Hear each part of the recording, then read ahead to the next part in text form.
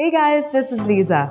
So back when I was little, I thought that love had no definable prerequisites, that it was this sort of intangible thing that you could potentially have with anybody, that it was this magic spark that either was there or wasn't, and that there was no way that you could predict or define who you would be drawn to. And while I still think that to some extent that is true, that you could have a spark with the most seemingly unlikely person, the more I reflect on my own relationships as well as those of others around me, I think that each of us has a sort of pattern as far as what we look for in a partner goes. And I'm not talking about just fleeting physical attractions here.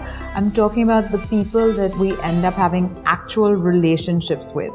I think more often than not, those people will possess certain qualities or make us feel a certain way that actually has a lot to do with experiences that we've had in our childhood. I don't mean to get all Freudian about stuff, but I think it really is amazing how powerfully your experiences in your first 15 or 20 years of your life end up impacting the rest of your life.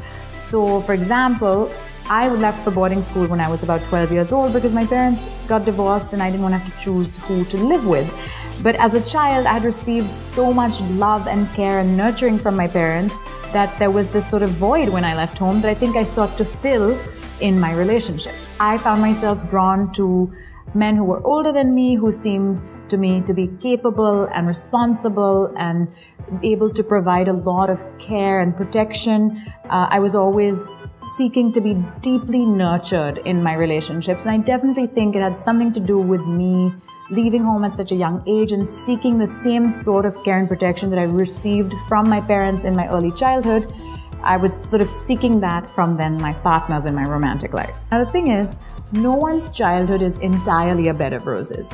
So regardless of how hard your parents must have tried to ensure that you only experience the best, and they must have tried to be as good to you as they can, most people have also experienced some difficulties or some more complicated situations, and those too can affect your preferences, sometimes in ways that aren't entirely healthy or productive. And I know it's taken me a while to get to the point of this video, but the reason I explained all of that is because what I wanted to say is that it's really important to be aware of this. It's important to be aware of how your past experiences can impact your future choices so that you can recognize when sometimes the choices you make aren't exactly good for you and readapt yourself in order to make choices that are good for you. If you're aware of how your past experiences impact your decisions, you can also do what it takes to change those patterns to make sure that you're making choices that improve your life rather than hurt yourself. For example, if you've had a parent who was abusive to you or violent with you but who loved you dearly,